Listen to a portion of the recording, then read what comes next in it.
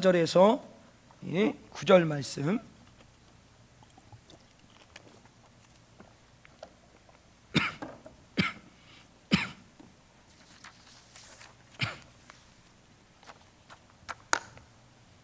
고린도전서 1장 4절에서 9절 말씀, 우리 한 절 한 절 교독하도록 하겠습니다. 그리스도 예수 안에서 너희에게 주신 하나님의 은혜를 인하여 내가 너희를 위하여 항상 하나님께 감사하노니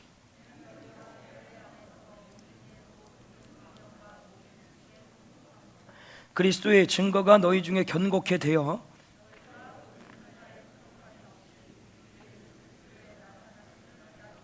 주께서 너희를 우리 주 예수 그리스도의 날에 책망할 것이 없는 자로 끝까지 견고케 하시리니 너희를 불러 그의 아들 예수 그리스도 우리 주로 더불어 교제케 하시는 하나님은 미쁘시도다. 아멘.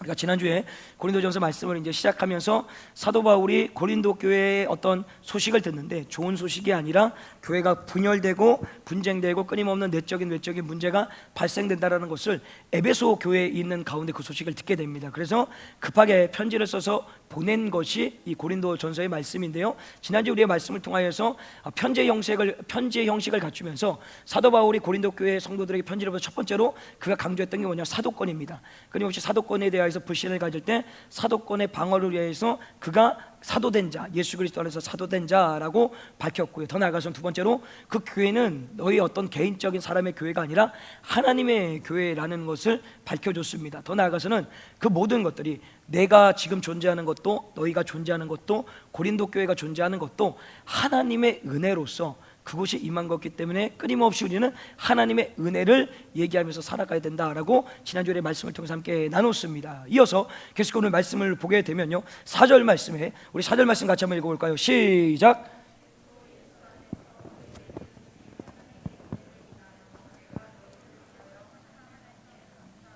자, 바울의 서신서를 이렇게 한 13개의 서신서를 보게 되면 끊임없이 사도 바울은 시작과 함께 하나님 앞에 감사의 고백으로 시작을 합니다. 근데 이 고백이 그 교회가 잘 되고 있을 때만 감사하는 것이 아니라 잘 되든 못 되든 또 개인적인 어떤 신상에 문제가 있든 좋은 일이 있든지 간에 끊임없이 반복적으로 하는 것이 뭐냐면 여호와 하나님께 감사한다라는 고백을 하고 있다라는 거예요.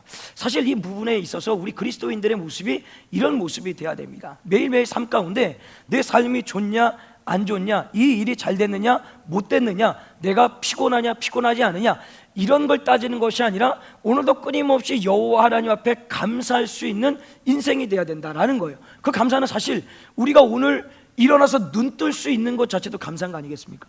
숨 쉬는 것도 감사하고 걸을 수 있는 것도 감사하고 이 공동체에 앉아서 예배 드릴 수 있는 것도 얼마나 감사한 일이겠습니까? 근데 자꾸만 우리는 뭔가 좋은 일이 있고 큰 것이 이루어지고 어떤 가시적 효과가 일어났을 때만 감사합니다, 감사합니다, 감사합니다, 이런 모습들이 보이더라라는 거예요. 근데 사실 다 빼고, 모든 걸 다 빼고 우리가 정말 매일같이 감사해야 될 이유가 뭐겠습니까? 지옥에 가야 마땅한 우리 인생들 예수 그리스도를 통해서 구원해 주셨기 때문에, 그것도 아무 값 없이 구원해 주셨기 때문에 그 구원의 은혜에 오늘도 내일도 모레도 앞으로도 주님 만나는 그날까지 우리는 매일매일 뭐 해야 돼요? 감사하며 살아가야 된다는 거예요. 끊임없이 감사하면서 살아가야 돼. 자, 그러면서 사도 바울이 그러면 무엇에 대하여서 감사하였느냐? 오늘 이 말씀에 보게 되면 하나님께서 고린도 교회 성도들에게 은혜 베풀어 주심에 대하여서 감사했습니다. 자, 보세요. 이 감사가 자기에게 은혜를 베풀어 주신 것에 대해서 감사했습니까? 다른 이에게 베풀어 주신 은혜에 대해서 감사했습니까? 다른 이에게 대해서 감사했다라는 거예요. 자, 물론 사도 바울이 자신의 어떤 삶에 대해서 은혜에 감사했지만 끊임없이 사도 바울에 있는 어떤 습관의 모습이 뭐냐면 남들이 잘 되고 교회가 잘 되고 우리 공동체의 성도들이 잘 되는 것에 대해서 감사하고 또 감사했다라는 거예요. 우리나라의 속담에 보게 되면 참 안 좋은 부정적인 속담들이 많이 있는데 그 중에 하나가 사촌이 땅을 사면 배가 아프다랍니다. 왜 사촌이 땅을 사면 배가 아플까요? 샘나서, 맞잖아요. 질투나서, 이런 거죠. 뭐 예를 들어 김집사 조집사가 같이 뭐 저쪽 도마동에 아파트 분양권을 이렇게 이제 분양을 받으려고 넣었는데 김집사는 되고 조집사가 안 됐어요. 그럼 어떻게 되겠어요? 아, 이런 젠장, 아유, 왜 나는 안 되고 저 집사 안 되고, 내가 기도를 더 많이 했는데 제가 왜 안 되고, 막 이런 마음을 가질 수 있는데 사실은 그게 아니라 이 사람이 예를 들어서 분양권을 받았어요. 오, 주님, 내가 안 됐지만 정말 감사합니다. 정말 은혜롭습니다. 저 집사님을 통하여 더 큰 은혜를 부어 주십시오. 그런 어떤 타인을 위하여서 감사할 수 있는 자리까지 이제 우리는 나가야 된다는 거예요. 그게 바로 성숙한 그리스도인의 모습인 거예요. 내가 잘 되고 내가 뭔가를 얻어서 나로 인하여서만 감사하는 것이 아니라 그냥 끊임없이 우리 공동체 안에서 일어나는 일들 모든 것을 볼 때 뭐 예를 들자면 어떤 분이 좋은 일이 생기고요. 뭐 지난주 같은 경우는 잘 모르겠는데 우리 한기 집사님 따님이라는 분이 우리가 그 온가족 성령 축제 때 경찰 시험을 위해서 기도를 했었어요. 여러분 기억 안 나겠지만 그거를 작년에 했던 걸로 제가 알고 있습니다. 근데 지난주에 합격을 했어요. 네, 합격을 했어요. 네, 합격을 했어요. 할렐루야. 그러니까 그렇게 합격을 하면 바로 제가 아니 내 딸은 지금 안 됐는데 제 딸 돼가지고 기분 더럽게 나빠. 이게 아니란 말이에요. 감사하다라는 거예요. 감사하다라는 거예요. 시기와 질투로서 살아가는 건 우리 그리스도인의 모습이 아닌 거예요. 내 딸이 같이 봤는데 나는 떨어지고 저쪽 남의 딸이 됐다? 감사해주고 막 축하해주는 거예요. 심지어 막 케이크까지 사다 주고. 좀 어렵나요 그거는?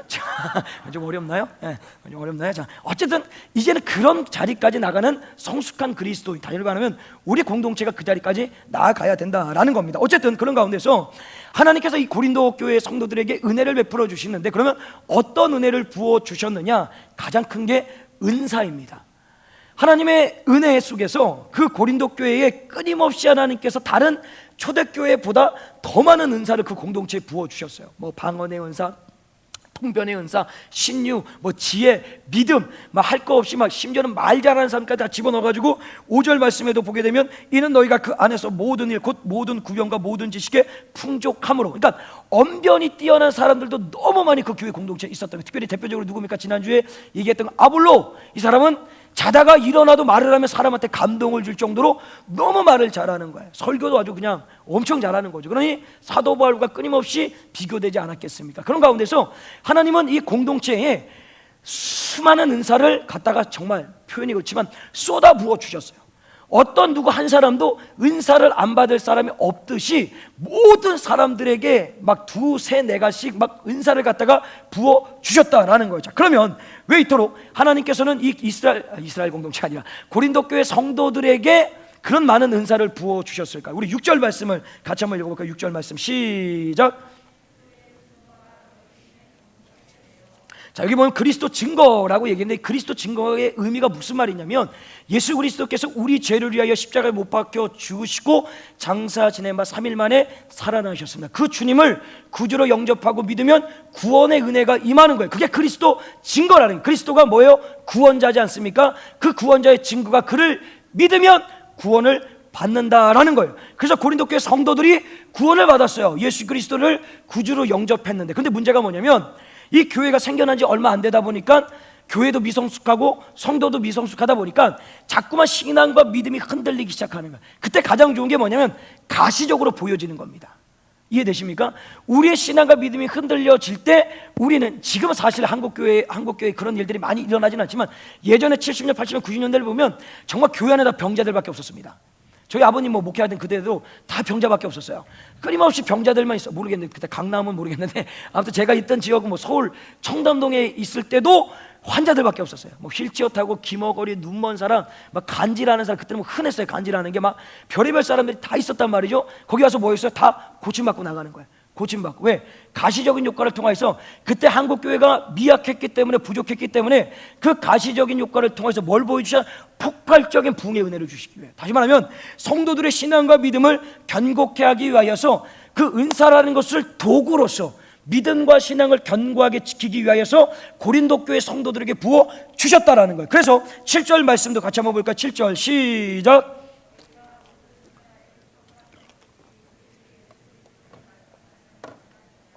자, 은사를 주시는데 뭐라고 얘기합니까? 부족함이 없이. 그러니까 모든 자들에게 골고루 한 개가 아니라 막 두세 개씩 갖다가 쏟아부어 준 거예요. 자, 이유가 뭐예요? 우리 주 예수 그리스도의 나타나심을 기다림이니라. 자, 무슨 얘기예요? 이 고린도 교회 성도들의 신앙과 믿음이 연약하니까 그 믿음과 신앙이 흔들리지 않고 주님 만나는 그날까지 그들의 신앙과 믿음이 견고케 하기 위하여서 그들에게 은사를 부어 주셨다라는 거예요. 1차적인 은사를 주신 목적이 뭐예요? 그들의 신앙과 믿음을 견고케 하기 위하여서 그들에게 은사를 주었다라는 것입니다. 자, 그런데요, 우리 8절 말씀 같이 한번 볼까요? 8절 말씀 시작.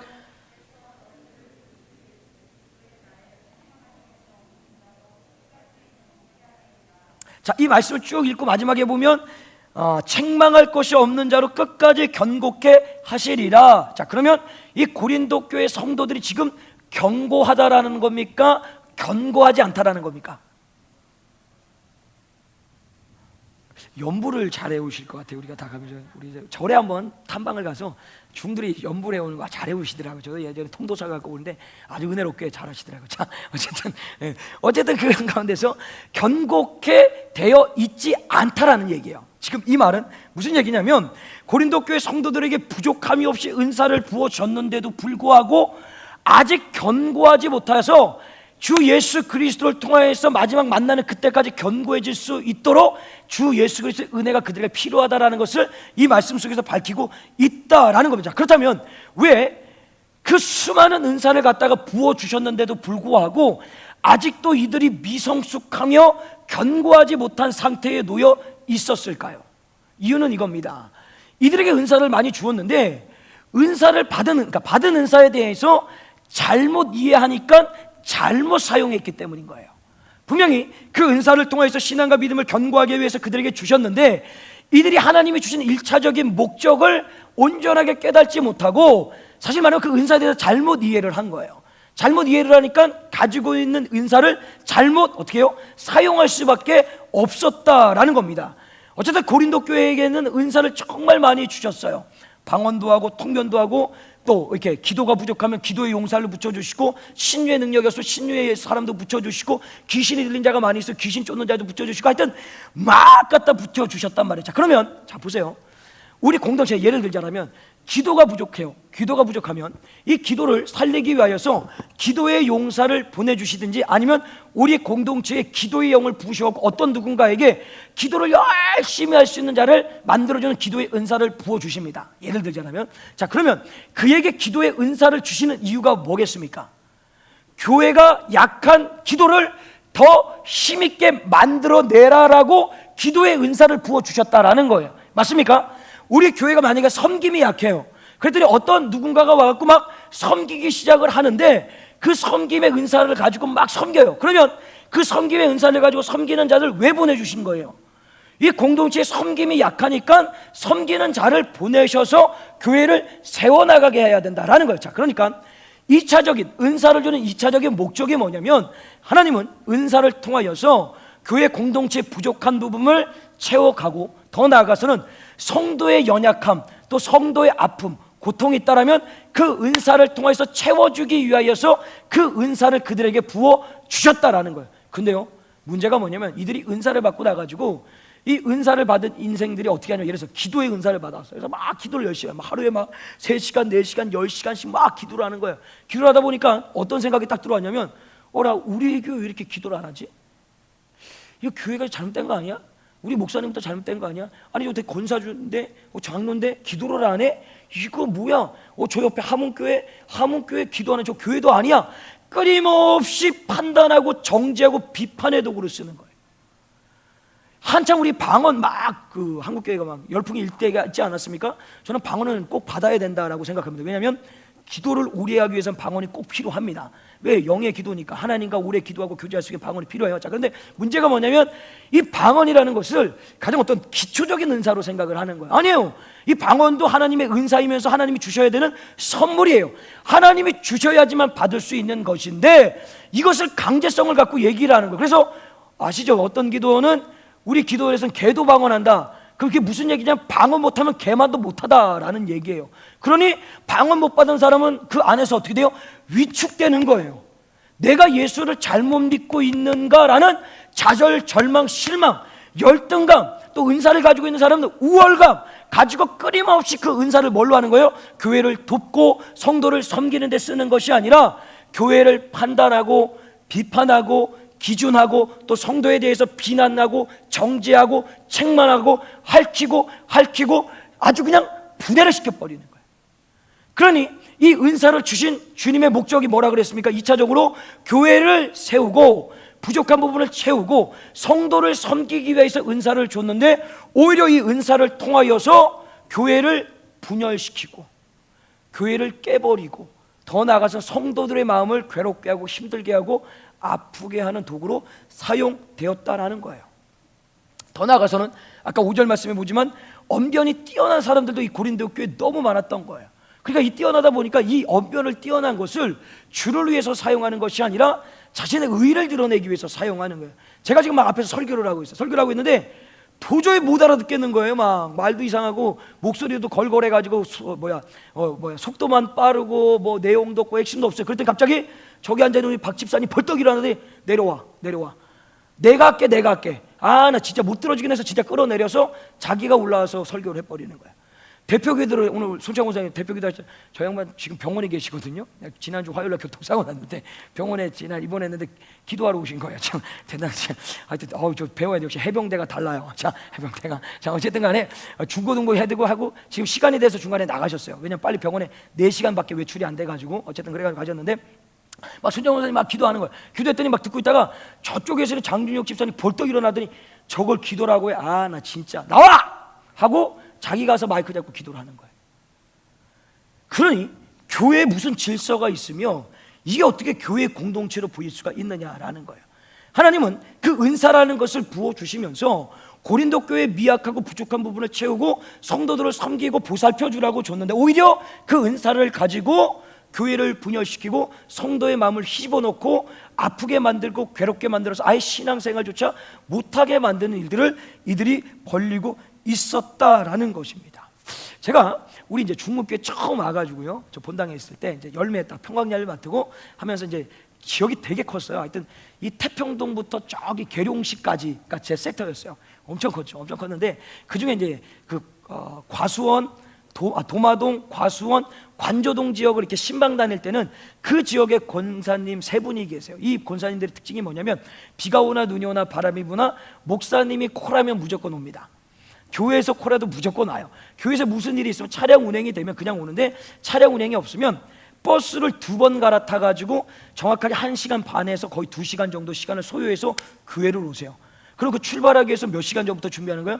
2시간 반 전부터 준비해서 오시는 게 그 권사님들이에요. 근데 그 권사님들하고 이렇게 신방을 다니면서 그중 한 권사님이 자기가 예수 만난 이야기를 해주시는데 예수를 어떻게 만났냐면 그 도마동길에 찾길을 걸어가고 있는데 길거리에서 예수님이 이렇게 보이더라는 거예요.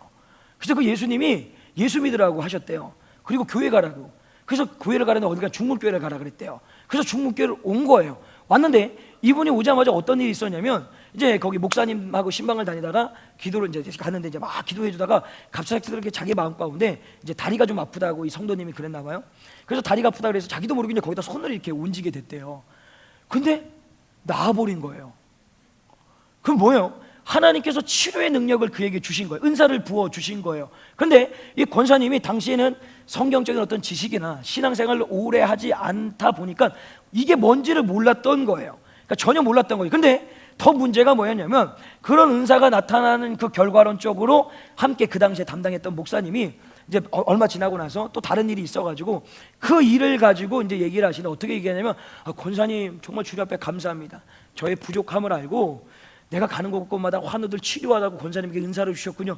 권사님 우리 함께 가서 환우를 고쳐주십시다 라고 하지 않은 거예요. 뭐라고 얘기하냐면 목사가 있는데 어디 일개 성도가 감히 손을 얹고 기도를 하냐 이렇게 얘기를 한 거예요. 그러니까 당시 신앙생활이 깊지 못하다 보니까 목사님 말씀이 하나님 말씀으로 들리는 거예요. 이분은 그렇게 배운 거예요. 시작부터. 그러니까 목사님 말씀이 하나님 말씀이라고 들었대요. 자, 그걸 좀 기억해 주시고요. 자, 근데 요즘은 뭐 목사가 얘기해도 듣질 않아요. 자, 어쨌든 간에 이런 얘기 하지 말라 그랬는데 웃자고 한 얘기입니다. 웃자고. 제가 어떤 권위를 세우려는 게 아니에요. 자, 어쨌든 그런 가운데 그 얘기를 딱 듣고 나니까 이 권사님이 무서워진 거예요. 아, 내가 잘못됐구나. 그래서 다시 기도한 거예요. 하나님, 저에게 이런 거 없어해 줬으면 좋겠다라고. 그래서 걷어가셨어요.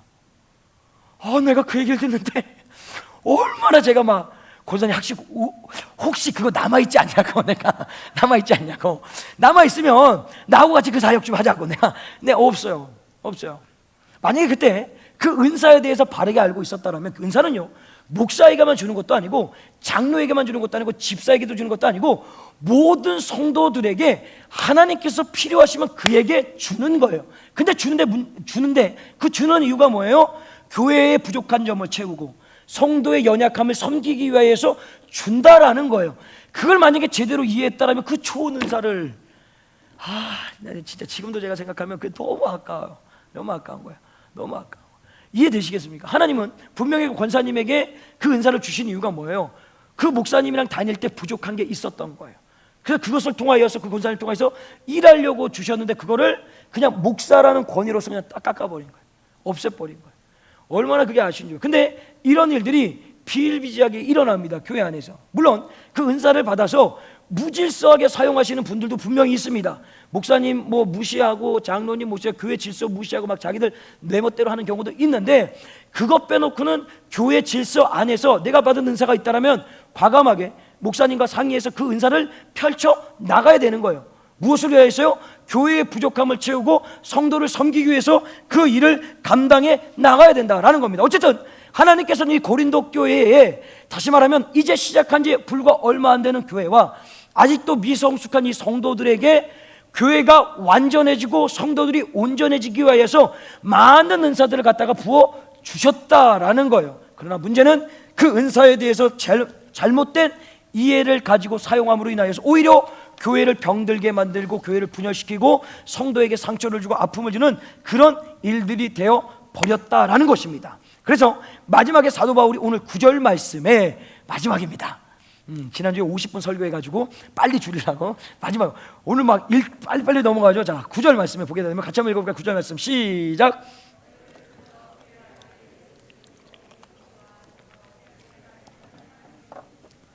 자, 보세요.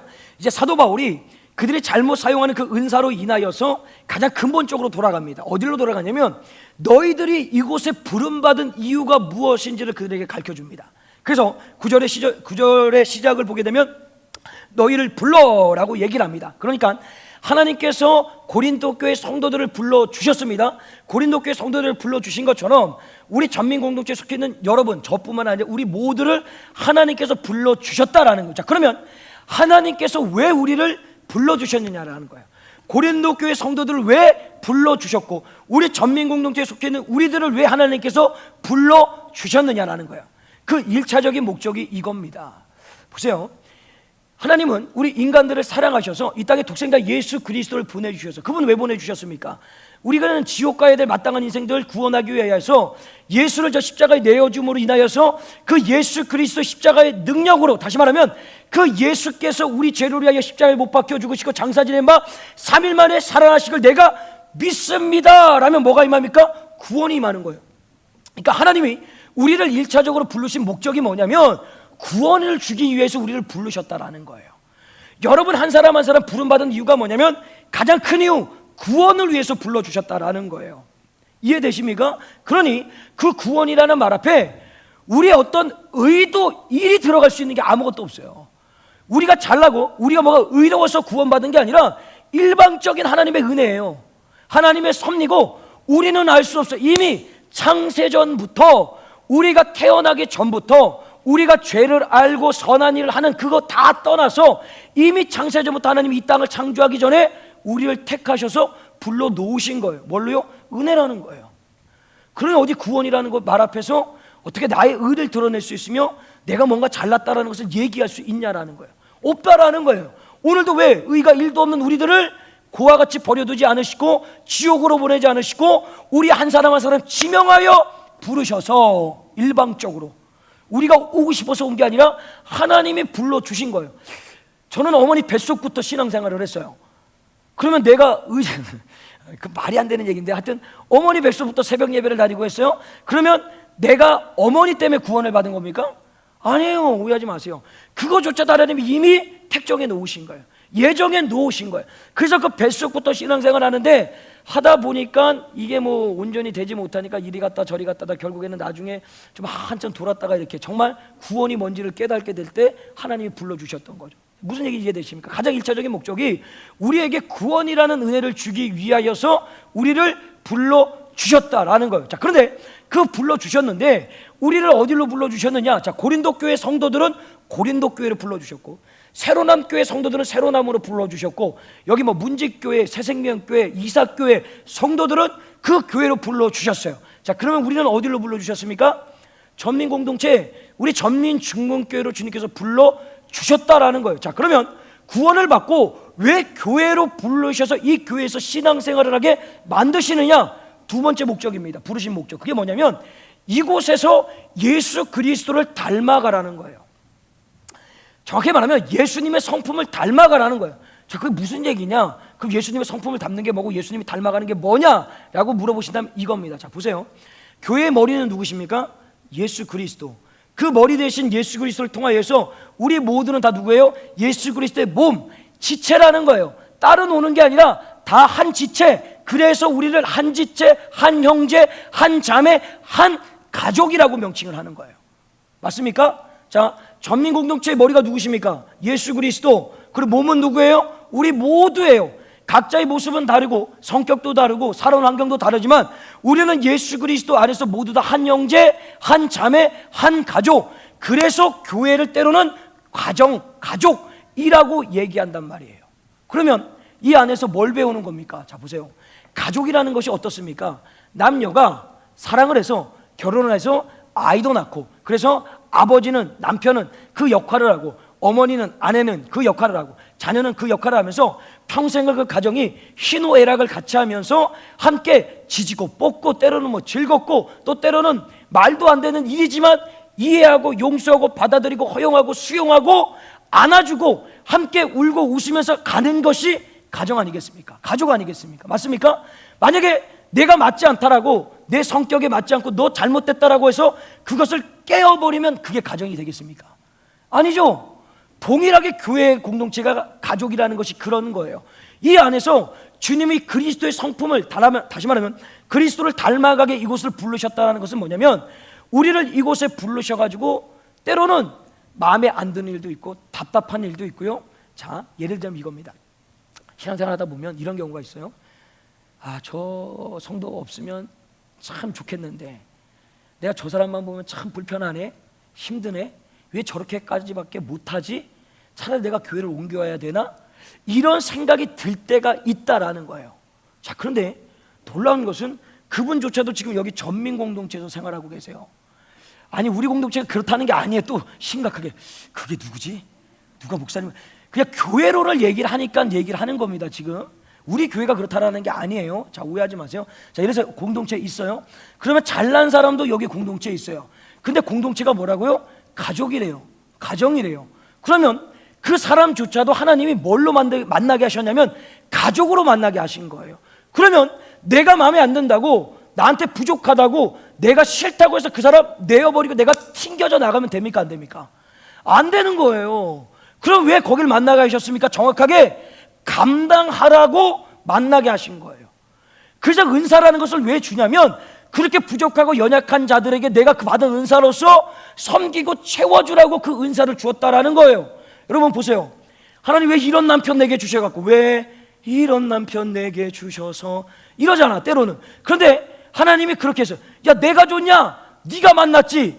라고 한 적이 한 번도 없습니다.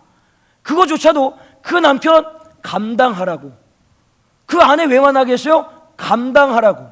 그 자녀 이 땅에 왜 보내주셨어요? 감당하라고. 그럼 자녀들에게 그 엄마 아빠 왜 만나게 했어요? 감당하라고 만나게 한 거예요. 이해되시겠습니까? 그게 가정이고 가족이고 예수 그리스도를 머리로 삼고 한 지체로 모여서 생활하는 인생들의 모습이 돼야 된다라는 거예요.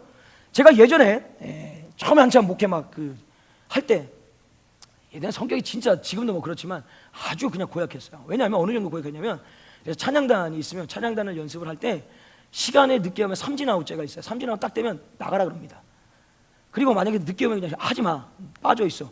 드럼 뭐 신디 없어, 안 해요. 그냥 앉혀버려. 없어, 안 해. 너 나가. 회개해, 기도해. 막 그런 식으로 교사가 주의를 빠져, 교사 그만둬. 이렇게 했었어요. 진짜 그렇게 했었어요. 한번 물어보세요. 나중에 제가 처음 사역했던데 나는 그게 맞는지 알았어요.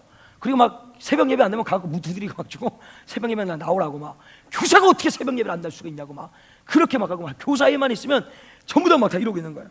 근데 그분들이, 그때 제가 30대 초반, 그분들 막 40대 50대, 이 전도사가 막, 새파란 전도사가 막 하는 거예요. 그걸 그렇게 하면 되겠다고, 그래도 하지 말라고 막 이렇게 한 거예요. 근데 제가 어느 날 이렇게 하면서 저한테 깨달음이 온 거예요. 어떤 깨달음이 왔냐면, 교회 공동체가 뭐냐라는 거예요. 교회 공동체를, 자, 부족할 수 있죠. 연약할 수 있어요. 그 부족하고 연약하다고 깨워버리고 부숴버리고 난자질하고 상처 줘서 내보내는 게 교회냐? 그게 아니에요. 하나님이 그걸 감당하라고. 그래서 그것을 통하여서 내가 끊임없이 사실 그 상황을 통해서 배우는 거예요. 예수님의 심정을 알아가는 거예요. 예수님의 마음이 사실 우리를 보고 그랬어요. 아니 나를 보고 그랬어요. 사실 너 다 그냥 줘서 너 기다 끝난 인생인데 내가 그냥 받아준 거야, 참아준 거야, 기다려준 거야, 여기까지 온 거야 라고 해서 여기까지 있는 거였더라는 거예요.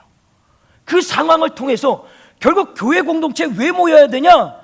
와, 무브먼트하고 막 뭔가 뜨겁게 뭐 만들고 그것도 중요하지만 정말 우리가 이곳에서 모이는 이유가 뭐냐면 예수 그리스도, 다시 말하면 여러분의 한 사람 한 사람을 통하여서 그 안에 예수께서 역사하시고 또한 그의 어떤 부족함과 연약함을 봤을 때 나를 보게 만드셔서 거기서 참고 인내하고 견디고 받아줌으로써 이곳이 정말 가정이란 공동체보다 더 아름다운 공동체가 될 수 있도록 이곳으로 불러주신 거라는 거예요.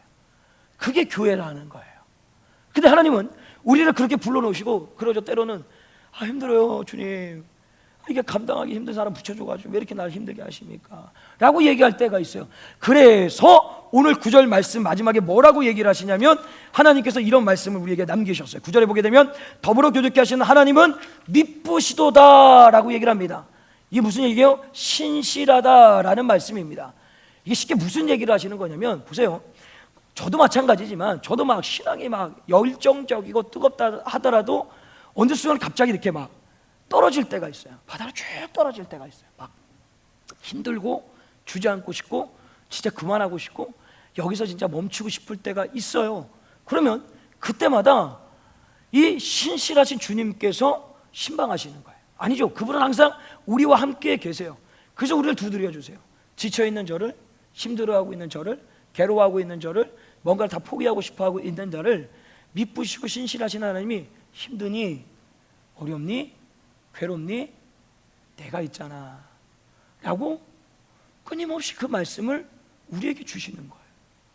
그래서 그 말씀 앞에 겸손하게 무릎 꿇을 수밖에 없고 그분의 손을 잡을 수밖에 없는 거예요. 그러니까 오늘 여기서 신실하고 미쁘시다는 것이 뭐냐면 우리 혼자 가는 게 아니라는 거예요. 교회 공동체는 주인이 누구라고 했습니까? 하나님이 주인 되시는 거예요. 그럼 주인이 힘이 있으니까 주인하지 힘이 없으면 주인 되겠습니까? 그 힘 있는 주인은 누구예요? 전능한 분이라는 거예요. 불가능한 일이 없어요. 심지어 죽은 자도 살리시는 분이에요. 그래서 우리를 공동체로 몰아넣으셔서 그곳에서 한 가족 돼갖고 때로는 부족하고 연약한 자가 만나서 내 마음이 찢기고 상할 때도 있지만, 그래서 때로 열심히 신앙생활을 하다가도 주저앉고 싶을 때도 있지만 신실하신 하나님은 네가 잘했느냐 못했느냐 이거 보지 않고 어제나 오늘이나 앞으로도 변함없이 우리 옆에서 계속 앉아서 계시는 거예요. 힘들어 주저앉아 있으면 손잡아 주시고 또 열심히 달려가면 격려해줘서 더 빨리 갈 수 있도록 만들어주시고, 또 가다가 또 힘들어 주저앉아 있으면 또 잡아서 일으켜 세워서 야, 내가 함께 하지 않냐, 내가 너와 도와주지 않느냐라고 얘기를 하는 거예요. 제가 요즘에 새벽 예배 때 말씀을 이렇게 나누는데 사사기 말씀을 나누고 있지 않습니까? 제가 이 기도원의 얘기를 이렇게 쭉 말씀을 나누면서 정말 기도원의 모습이 나 같은 모습을 발견하면서 그 안에서 뭘 보냐면 하나님이 정말 우리에게 이런 분이다라는 것을 보게 돼요. 여러분 잠깐만 제가 얘기를 좀 할게요. 시간이 좀 됐지만 기도원이 하나님께서 사명을 부여해 주실 때 그 사명을 거절해요. 나 못하겠다라고, 안 되겠다라고. 그래서 또 말씀했어요. 야, 걱정하지 마, 내가 너와 함께 해. 못해요, 안 돼요. 내가 함께 한다니까, 너는 큰 용사로 써줄 거야 라고 얘기해요. 또 못하겠대요. 계속 그거를 왔다 갔다 하다가 결국에는 설득이 돼서 하겠다라고 하는데, 하는 게 아니라 그렇다면 정말 저를 쓰시겠다는 증표를 하나 보여달래요. 그래서 주의 천사 보고 여기 좀 기다려 보시고 내가 집에 가서 제사 드릴 거를 좀 가져와서 올 테니까 기다려 보시라고. 그래서 제사 지낸 물건들을 가져와서 바위에 올려놓습니다. 바위에 올려놓고 거기다가 천사가 국을 붓게 합니다. 그러니까 물을 붓는 거예요. 왜? 하나님이 번제를 받으셔야 되면 여기 불이 붙어야 되는데 이 불이 붙으려면 물을 부으면 됩니까, 안 됩니까? 기름을 부어야지 더 잘 붙는데 물을 못 버리는 거예요. 어쨌든 그런 말도 안 되는 상황까지서 불을 딱 비춰주니까 주님이 살아계시는군요. 제가 열심히 주를 위해서 살겠습니다 하고 달리겠습니다 해가지고 사명을 딱 받고 자신의 가정에 있는 바알의 당과 아세라 상을 딱 무너뜨리고 싸우겠다 나갑니다. 뭐가 임해서? 주의 영이 임해서요. 근데 가는 길에 이제 미디안 전쟁을 딱 앞두고 있을 때 나 못 가겠어요. 두려워요. 겁나요. 증표를 또 보여주세요. 뭘 보여달라고요? 저 이슬이 내리면 땅바닥만 젖게 하고 이 양털은 젖지 않게 하시고, 또 한 번은 양털만 젖게 해주시고 이 땅은 젖게 해달라고, 젖지 않게 해달라고 얘기를 하는 거예요. 뭐예요? 우리 모습이에요. 끊임없이 하나님의 딜을 하는 거예요. 이렇게 좀 해주시고 저렇게 해주시면 내가 좀 갈 수 있어요. 이렇게 나에게 힘을 주시면 내가 갈 수 있어요.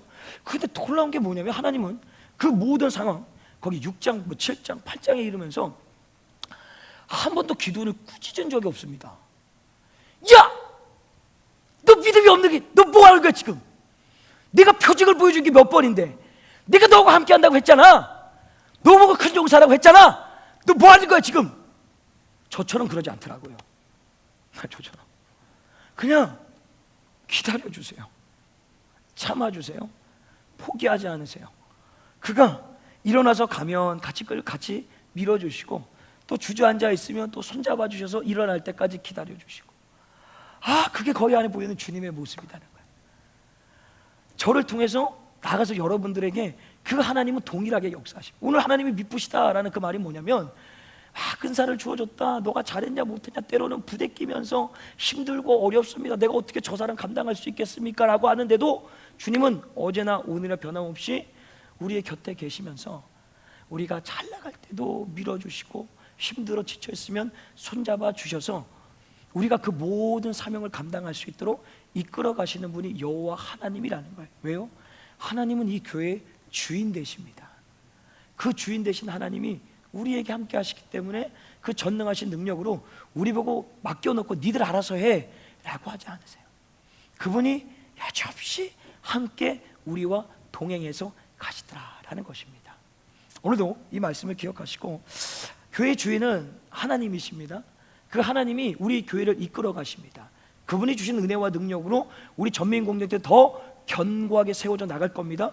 때로는 우리 공동체 안에 부족함이 있고 또 성도 안에 어떤 부족함이 보일 때 분명히 하나님께서 우리에게 은혜 주셔서 여러 가지 어떤 상황과 환경을 통하여서 그 부족함을 오늘 고린도 교회에 은사를 주신 것처럼 그 은사를 부어 주셔서 채워 나가게 만드실 것입니다.